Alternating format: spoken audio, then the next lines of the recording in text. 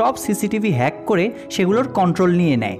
এরপর তারা সিকিউরিটি গার্ডদের হাত পা বেঁধে রুমে বন্দি করে রাখে, আর সেখানে থাকা ব্যাংক মিউজিয়ামের সকল কর্মকর্তা, কর্মচারী, গ্রাহক ও সেই স্টুডেন্টদের হস্টেজ বানিয়ে তাদের সবার চোখ বেঁধে দেওয়া হয়। এরপর বার্লিন খুব ঠান্ডা মাথায় তাদের সবার মোবাইল ও নাম নিয়ে তালিকা করে, যেন ডাকাতির শেষে সবাই সবার মোবাইল ফেরত পায়, কারণ হস্টেজদের কোনো ক্ষতি করা ডাকাতদের উদ্দেশ্যই ছিল না। এদিকে মস্কো ও ডেনভার মিলে মিউজিয়ামের লকারটি ভেঙে ভেতরে ঢুকে। সেখানে তারা অনেকগুলো টাকা দেখে অবাক হয়ে যায়।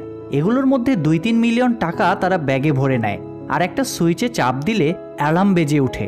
এরপর তারা ওই টাকার ব্যাগ নিয়ে মিউজিয়ামের দরজা খুলে বাইরে আসলে দেখে অ্যালার্ম বেজে ওঠার কারণে পুলিশ এসে তাদেরকে ঘিরে ফেলেছে। কি ভাবছেন, ডাকাতরা ধরা খেয়ে গেল? একদমই না।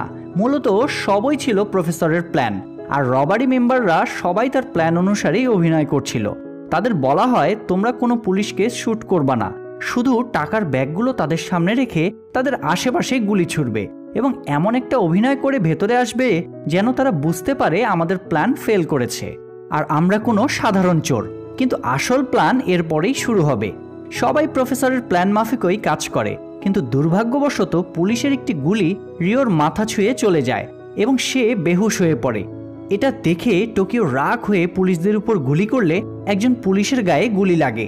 এরপর কোনো মতে তারা আবার ভেতরে আসে, আর রিও কিছুক্ষণ পর সুস্থ হয়ে ওঠে। আর অনেকগুলো সাসপেন্স আর টুইস্ট নিয়ে এপিসোড 1 এখানেই শেষ হয়। এপিসোড 2 এর শুরুতে দেখা যায় টিমের সবাই টোকিওর উপর রেগে যায়, কারণ সে প্ল্যানের বাইরে গিয়ে পুলিশকে গুলি করেছে। প্রফেসরও তাকে বোঝানোর চেষ্টা করে। মূলত টোকিও ও রিওর মধ্যে ট্রেনিংয়ের 5 মাসে প্রেম হয়ে যায়, তাই রিওর গুলি লাগায় টোকিও রেগে গিয়ে পুলিশের উপরে গুলি করে। কিন্তু টোকিও প্রেমের বিষয়টা স্বীকার করতে চায় না, কারণ প্রফেসরের কড়া নির্দেশ ছিল টিম মেম্বারদের কেউ প্রেম করতে পারবে না, এতে করে প্ল্যান নষ্ট হবে। তবে রবারি মেম্বারদের ইনচার্জ বার্লিন রিওকে মেন্টালি হ্যারেস করে প্রেমের সত্যটা স্বীকার করায়। এদিকে পুরো পুলিশ ফোর্স মিউজিয়ামের সামনে চলে আসে, আর সেখানে একটি ক্যাম্প বসানো হয় পুরো অপারেশনটি মনিটরিংয়ের জন্য। এর মধ্যেই স্পটে এসে পৌঁছে এই অপারেশনের ইনচার্জ র্যাকুয়েল ও তার সহযোগী ও বন্ধু অ্যাঞ্জেল। যাই হোক, সব কিছু বোঝার পর র্যাকুয়েল প্রথমেই মিউজিয়ামের ভিতরে কল দেয়। তখন বার্লিন সেই কল প্রফেসরকে ট্রান্সফার করে।